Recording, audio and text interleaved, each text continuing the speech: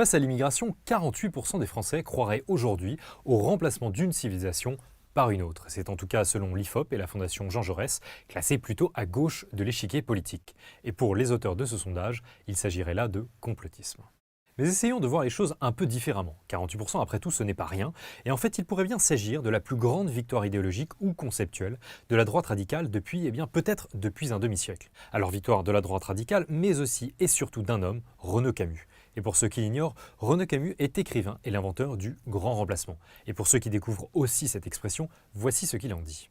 Le grand remplacement n'est ni une théorie, ni un concept, ni une notion, c'est un nom, c'est un syntagme, au même titre que la guerre de Cent Ans, la Fronde, la Révolution française. D'autres noms seraient possibles, on peut parler de la submersion migratoire, on peut parler de la substitution ethnique, on peut parler de façon plus agressive de l'invasion, du changement de peuple et de civilisation. En l'occurrence, pour le phénomène que je considère comme étant de très loin le plus important de notre époque, et en ce qui concerne la France et même l'Europe, le plus important, sinon de toutes les époques, du moins des 10 ou 15 derniers siècles. Ce sont donc des propos pour le moins polémiques aujourd'hui, mais doit-on vraiment parler de complotisme et vouer aux gémonies tous ceux qui pensent plus ou moins comme lui ?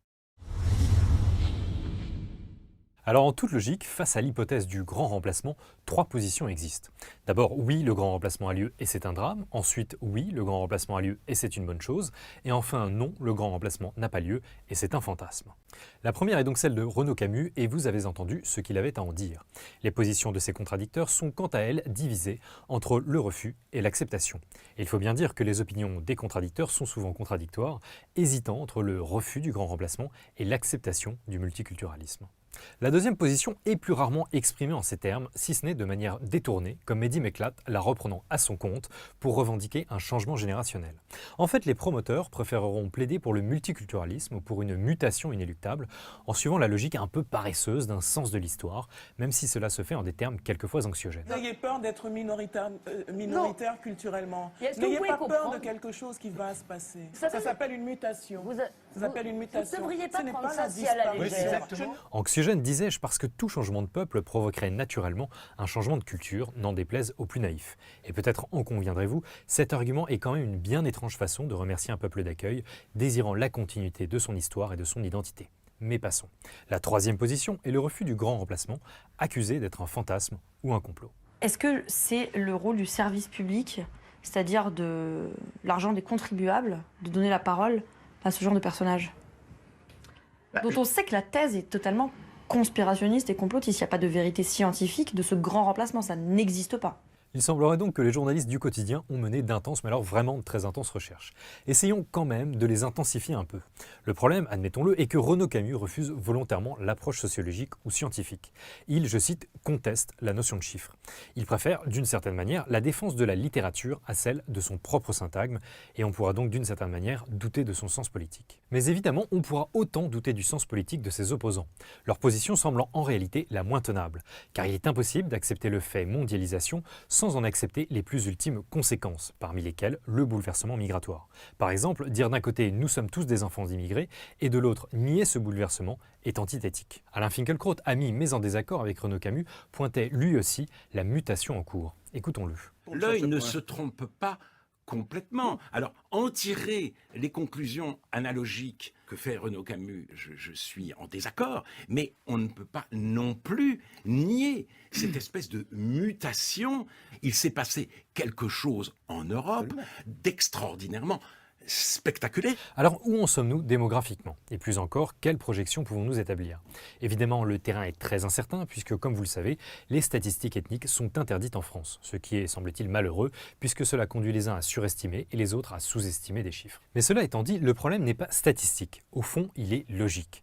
En clair, si une population autochtone ne renouvelle pas sa population et accueille une population étrangère en grand nombre, qui de surcroît fait plus d'enfants, eh bien tendanciellement, rationnellement, inévitablement, le peuple d'accueil ne peut à terme que devenir minoritaire. Il n'y a là aucune théorie du complot, il s'agit encore une fois de la plus simple logique qui semble bien entendu échapper aux bonnes âmes qui pullulent sur les plateaux télé. Et donc la seule question qui se pose vraiment est quand le peuple indigène deviendra-t-il minoritaire? Et disons-le d'emblée, je suis navré de vous décevoir, mais une réponse précise est quasiment impossible. Comme l'explique Jean-Paul Gourevitch, les futurologues se plantent quand ils envisagent une date lointaine. Nous ignorons en effet le poids de la démographie africaine pour 2050 et donc les conséquences sur les migrations. Nous ignorons aussi si la transition démographique qui touche aujourd'hui le Maghreb touchera les femmes d'origine subsaharienne. Bref, nous ne maîtrisons absolument pas les variables et un minimum de modestie serait de mise, car donner une date, au fond, ce n'est que formuler une hypothèse. Cela étant dit, nous pouvons quand même tenter un petit état des lieux. D'abord, toujours selon Gourevitch interprétant les données les plus récentes de l'INSEE, la population d'origine étrangère aurait augmenté de 359 000 personnes en 2017, ce qui inclut un solde migratoire de 160 000 personnes et un différentiel de fécondité, c'est-à-dire entre les femmes dites de souche et celles d'origine étrangère, de l'ordre de 199 000. Plus généralement, la totalité de la population d'origine étrangère se situerait entre 15 et 22% de la population française, selon Eurostat. Les immigrés en situation légale seraient entre 7 et 8 millions, et ceux en situation irrégulière aux alentours de 550 000. Les descendants d'immigrés seraient, quant à eux, selon l'INSEE, entre 3 et 4 millions issus de 2 parents étrangers et 4 millions issus d'un couple mixte. Mais attention, on désigne par descendants d'immigrés les Français de deuxième génération et pas davantage, ce qui en fait exclut d'une part le phénomène de cumul d'une population d'origine étrangère depuis plusieurs décennies et ensuite ne tient pas compte de la réussite ou de l'échec de l'assimilation et ni de l'origine intra- ou extra-européenne et donc de l'inégalité face à l'assimilation. Autre problème que nous devons prendre en compte pour mesurer l'impact actuel, les rapports de l'INSEE privilégient le solde migratoire, c'est-à-dire l'immigration moins l'émigration. Et ceci reflète imparfaitement la réalité, puisque ceux qui entrent ne sont pas les mêmes que ceux qui sortent. Plus encore, l'évolution des naissances est aussi une donnée cruciale pour approfondir la question. La part des naissances dont les deux parents sont nés en France se réduit depuis 18 ans, et la part de naissances avec un parent étranger augmente, comme l'a aussi remarqué l'excellent blogueur et doctorant Philippe Lemoine. Bien sûr, ceci évolue et évoluera.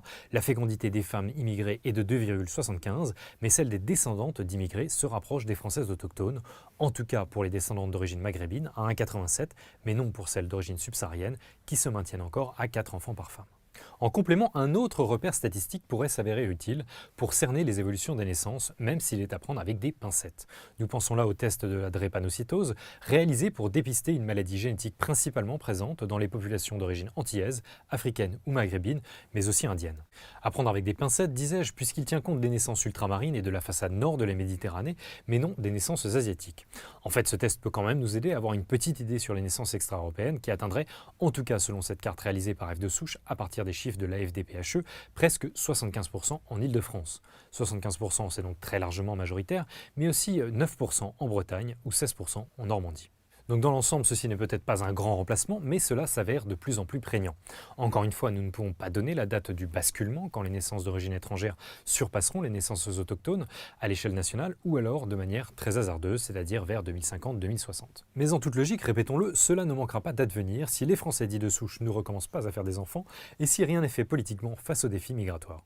Un simple coup d'œil à la situation africaine permet d'ailleurs de saisir l'ampleur de ce défi. À partir de là, force est de constater que le grand remplacement n'est au fond pas tout à fait exact. Il faut en fait le prendre pour ce qu'il est, c'est-à-dire une formule littéraire qui rend plutôt compte du climat idéologique. D'abord, il ne s'agit pas d'une substitution presque d'un seul coup en une génération comme l'avance Renaud Camus. Si celle-ci aura lieu vers 2060, il nous faudra alors parler d'un phénomène centenaire qui aura débuté après la Seconde Guerre mondiale avec les premières vagues d'immigrés extra-européens. Ensuite, le remplacement ne sera pas grand puisqu'il n'impliquera pas l'extinction de la population d'origine et touchera à certaines zones plutôt que d'autres. En fait, il accélère ce à quoi nous assistons aujourd'hui, c'est-à-dire des populations immigrées qui deviennent majoritaires dans certaines régions françaises, ce qui génère une partition de facto du territoire, ou plutôt tripartition du territoire. En effet, nous nous trouverons face à des zones n'ayant plus grand-chose de français, le peuple et les mœurs français en ayant disparu, et à des zones ou plutôt des métropoles hybrides ou disons métissées, idéologiquement libérales-libertaires, et enfin des zones périphériques autochtones plus homogènes. Il serait donc probablement plus juste, plus raisonnable de parler de grande balkanisation que de grand remplacement.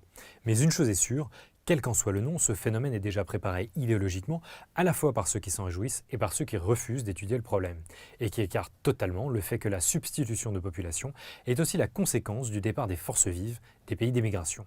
Et au fond, ils se veulent les défenseurs des minorités, mais ils préparent en fait le pouvoir d'une majorité future.